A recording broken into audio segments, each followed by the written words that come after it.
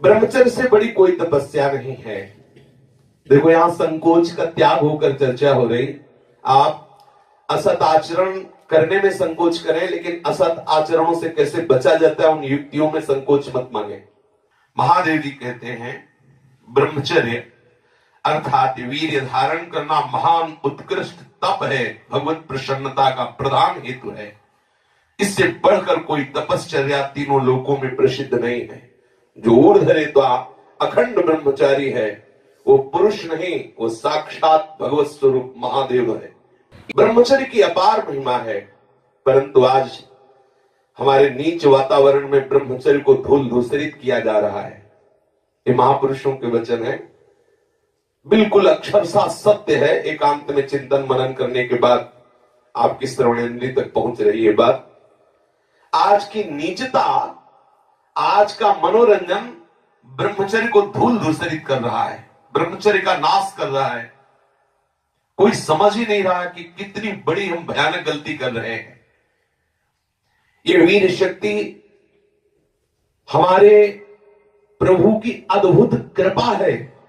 अगर इस पर हम दृष्टि डालें तो आप जिस मार्ग में चलना चाहेंगे उस मार्ग में आपको बहुत बड़ा बल, बहुत बड़ा संबल, बहुत बड़ी सामर्थ्य मिलेगी ब्रह्मचर्य से।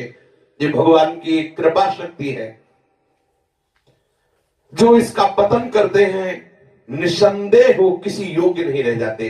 ब्रह्मचर्य का ह्रास जीवन का नाश अर्थात मृत्यु, संपूर्णतया सत्यनाश, सर्वनाश, मृत्यु, ब्रह्मचर्य नाश, सुख का नाश, आरोग्य का नाश, तेज का नाश, विद्या का नाश, बल का नाश, सामर्थ्य का नाश, स्वातंत्र का नाश, धर्म का नाश, भजन का नाश ब्रह्मचर्य के नाश पर है।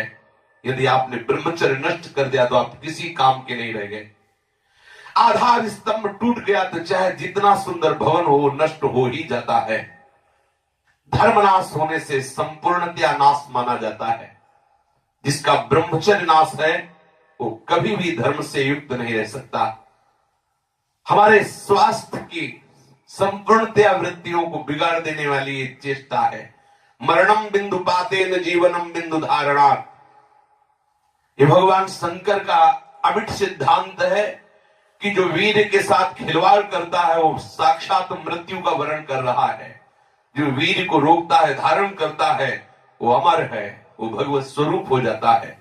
ब्रह्मचर्य ही जीवन है और ब्रह्मचर्य का नाश ही महान मृत्यु है। ब्रह्मचर्य ही स्वस्थता है, ब्रह्मचर्य का नाश ही महान रोगों का निमंत्रण है। ब्रह्मचर्य के अभाव में हृदय सूखने लगता है। भगवत प्राप्ति की क्या, संसार की उन्नति की भी भावना नहीं रह जाती। लोक परलोक सब उजड़ा हुआ नजर आता है।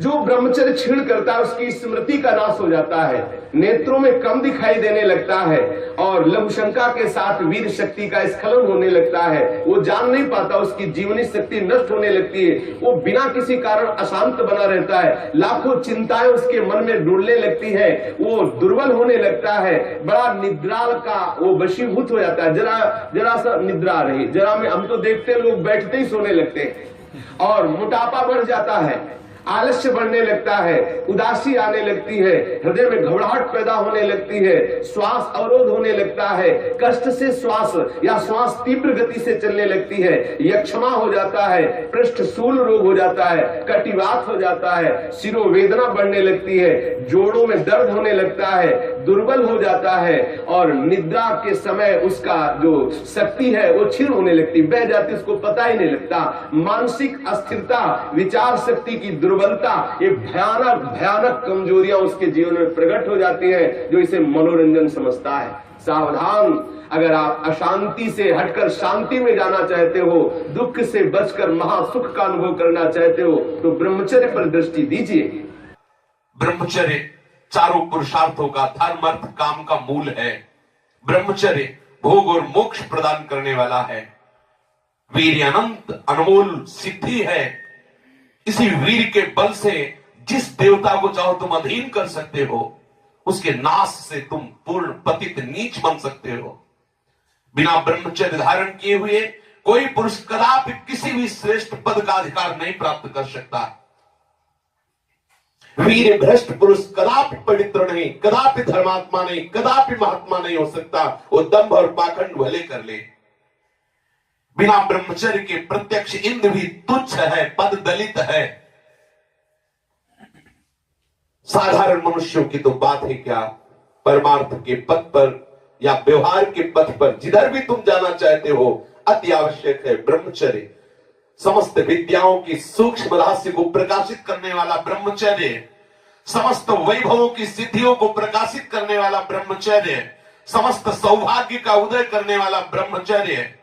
ब्रह्मचर्य सर्वश्रेष्ठ मंत्र है, ब्रह्मचर्य सर्वश्रेष्ठ तपस्या है, ब्रह्मचर्य सर्वश्रेष्ठ बल है, स्वतंत्रता है, महान उन्नति है। ब्रह्मचर्य ही हमारी संपूर्ण सिद्धियों का एकमात्र बीज है, रहस्य है। जो साधक या जो गृहस्थ 20 वर्ष अगर गृहस्थ में जाना है तो 20 वर्ष तक किसी भी स्थिति में ब्रह्मचर्य नष्ट नहीं होना चाहिए। यदि ब्रह्मचर्य नष्ट करते हैं तो वो गृहस्थी के योग्य नहीं रह जाते। उनके घर में भ्रष्टाचार होता है, संतानें भी होती है तो वही होती है जो किसी योग्य नहीं रहते। शास्त्र के सिद्धांत से चलने वाले उपासक को, अर्थात भगवत प्राप्ति के मार्ग में चलने वाले उपासक को चाहिए, अगर वो गृहस्थ है तो जब ब्याह हो उसी के बाद शास्त्र मर्यादा से ब्रह्मचर्य खंडित करे, ये उसका उपासना का स्वरूप ही माना जाएगा। लेकिन यदि वैरागी है, भगवत मार्ग का पथिक है, तो अष्ट मैथुनों से बचे।